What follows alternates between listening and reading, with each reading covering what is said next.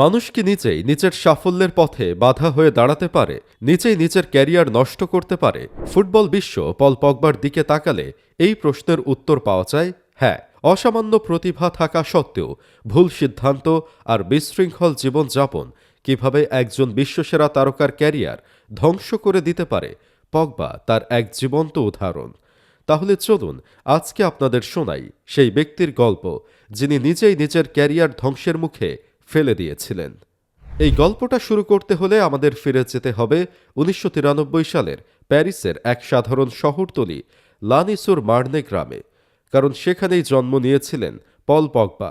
তার বাবা ফাসো আন্তোইন এবং মা ইয়ো মরিবা গিনি থেকে ফ্রান্সে এসেছিলেন উন্নত জীবনের আশায়। অভাবের সংসার হলেও পগবার ঘরে ফুটবলের অভাব ছিল না। তার দুই বড় ভাই ফ্লোরেন্টিন ও ম্যাথিয়াস সবসময় ফুটবল নিয়ে মেতে থাকতেন। ছোট পল তখন কেবল হাঁটতে শিখেছেন, কিন্তু ভাইয়েরা যখন মাঠে যেতেন তিনি বলের পেছনে ছুটতেন। সেই ছোট্ট বয়সেই তার মা বুঝেছিলেন এই ছেলে সাধারণ কেউ নয়। মাত্র ৬ বছর বয়সেই স্থানীয় ক্লাব ইউএস বোয়াসি এন ব্রিতে পগবার হাতে খড়ি। সেখানে তিনি টানা ৭ বছর খেলেন। ছোটবেলায় পগবা ছিলেন রোগা পাতলা, কিন্তু বলের উপর তার নিয়ন্ত্রণ ছিল জাদুকরী। এরপর তার যাত্রা শুরু হয় লা হাভরে একাডেমিতে। সেখানে থাকার সময় পগবাকে একা থাকতে হতো, যা এক কিশোরের জন্য ছিল ভীষণ কঠিন। কিন্তু তার জেদ ছিল আকাশ ছোঁয়া। ওই বয়সেই তিনি লিডারশিপ দেখাতেন, যা দেখে বড় বড় স্কাউটরা অবাক হয়ে যেতেন। তারপর ২০০৯ সালে স্যার অ্যালেক্সের হাত ধরে পা দেন প্রফেশনাল ফুটবলে। তখন তার পরিবার ভেবেছিল সব কষ্ট দূর হতে চলেছে, কিন্তু ভাগ্য সেখানে অন্য কিছু লিখে রেখেছিল। রিজার্ভ টিমে দুর্দান্ত খেললেও মূল দলে স্যার অ্যালেক্স ফার্গুসন তাকে সুযোগ দিচ্ছিলেন না। তাই তিনি পাড়ি জমিয়েছিলেন ইতালিয়ান ক্লাব জুভেন্টাসে গিয়ে পগবা যেন ডানা মেললেন। পিরলো আর ভিদালের পাশে থেকে তিনি নিজেকে বিশ্বসেরা মিডফিল্ডারে রূপান্তর করলেন।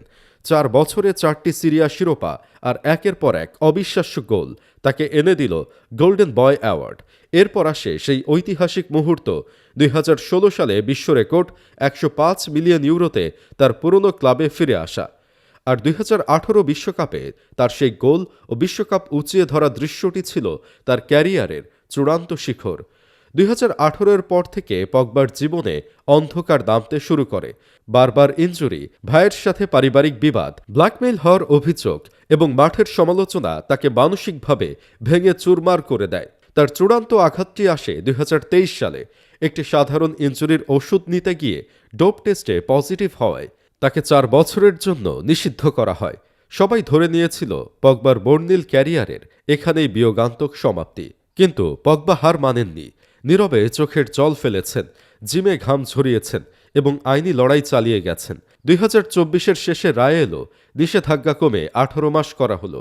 ২০২৫ সালের মার্চে তিনি আবারও মোনাকোর হয়ে মাঠে নামলেন। এভাবে হার না মেনে কামব্যাকের রচনা লিখে বছরের সেরা কামব্যাকের অ্যাওয়ার্ডও জিতে নিলেন পল পগবা। পগবার এই জীবন থেকে বোঝা যায় সাফল্য যেমন চিরস্থায়ী নয়, তেমনি অন্ধকার সময়ও শেষ কথা নয়।